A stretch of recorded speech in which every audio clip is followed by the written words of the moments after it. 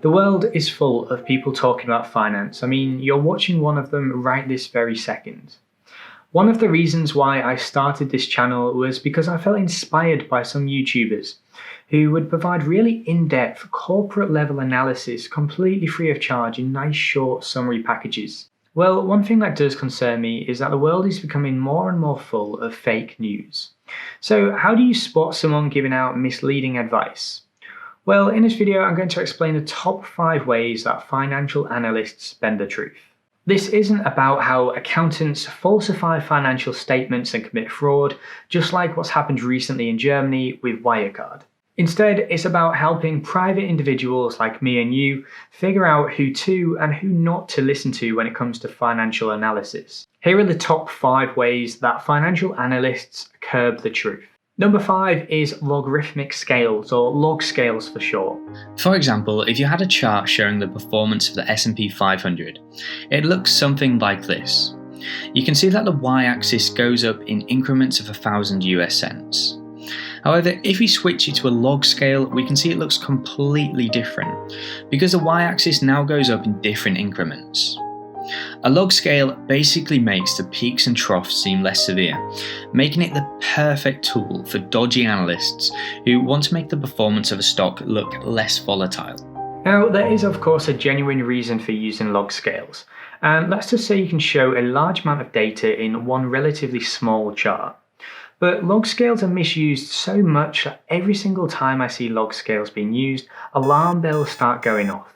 Number 4 is inappropriate comparisons. Everything in shares and in investing is relative. Let's take for example the iShares China ETF. It has an expense ratio of 0.59%. Now, if I wanted to say that the ETF was expensive, I could instead say something like this. The China iShares ETF has an expense ratio of 0.59%.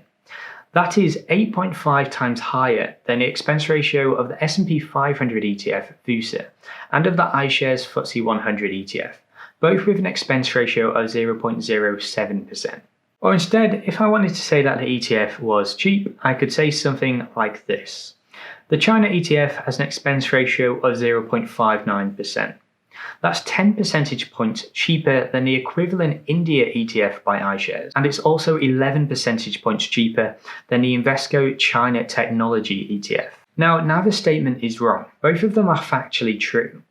It goes to show though that the financial analyst might spin it differently. They might compare it against expensive or cheaper ETFs depending on the rhetoric that they want to push. Number 3 is using dividends and dividend dates to mislead the investor about the share price. As you know, when you own a share in a company, they pay a dividend. And this is hard cash going straight to your pocket, or your account anyway. With people always buying and selling a company's shares, a company has to have a cutoff date, where anyone owning a share on a certain date has to be given the dividend. This is known as the ex-dividend date. If you purchase a share on or after its ex-dividend date, then you won't receive the next dividend. It'll go to the last owner. What this means is that the share price usually drops by the value of the dividend on this date. If you don't know this, or you don't know the ex-dividend date for a specific stock, then you might start to get worried when you see the share price suddenly drop. Analysts know this, and they might show you pictures of negative trend lines or sudden drops to encourage you to either buy or sell the investment depending on their rhetoric. Again, this isn't wrong, but if there's no specific mention of the dividend being the reason for this drop, then it's clearly very misleading. Number 2 is dodgy metrics, and I see this all the time. A great example is with PE ratios. If you don't know what PE ratios are, they're actually super simple. All it is the share price divided by the earnings per share. Generally speaking, people want a lower number, below 20 or so, as this indicates that the stock is cheap in relation to its earnings. Now, without this getting way too technical and confusing both of us, the PE ratio uses the earnings per share in its calculation. This is just the net income of the company, let's say £1 million, minus the value of the preferred dividends, let's say 200,000, and then divided by the outstanding shares. Let's just say 400,000 for example. That's £2 earnings per share. And if the share price was £20 per share, the PE ratio would be 10. This is known as the backward PE ratio. You can also calculate the PE ratio by looking at the future earnings of the company.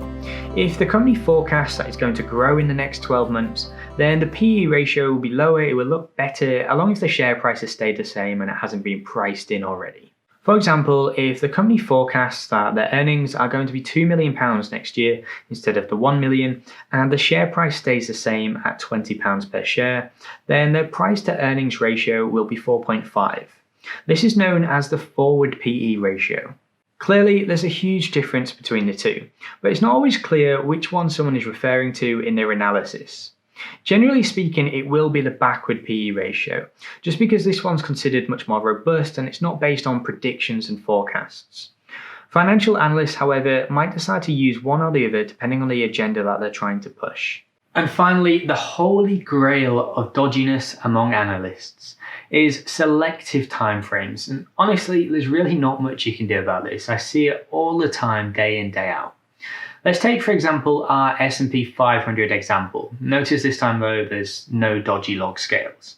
If we look at it in the last 8 weeks, I might say that the S&P 500 is in a huge rally and to buy and sell accordingly.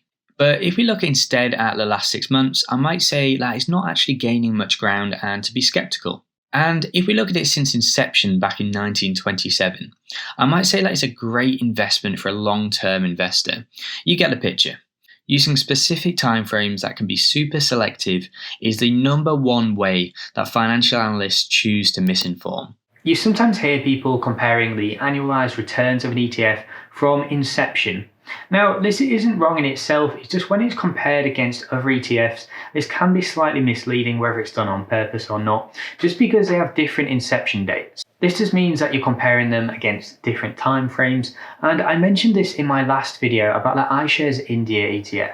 Looking at the annualized return since inception is great if you're just looking at one ETF by itself, but when comparing different ETFs, you should compare it on fixed time frames, such as the 5-year or the 10-year return. It's also worth noting that if you're not working out the return yourself, but instead taking it from the fact sheets, just make sure that all of the fact sheets are up to date. Comparing the 5-year annualized return based on a fact sheet back in March in the depth of the corona crisis will be completely different to the 5-year annualized return from a fact sheet that is up to date, that's based in August. Of course, analysts know this, and so they might just change the story depending on what they want to say.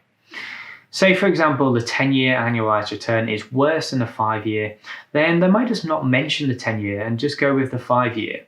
They might try and make the ETF look better or worse than it really is, depending on the time scale that they look at. What's even worse is that they might compare two different ETFs based on their annualized returns, but they might compare the 10-year with the 5-year for two different ETFs.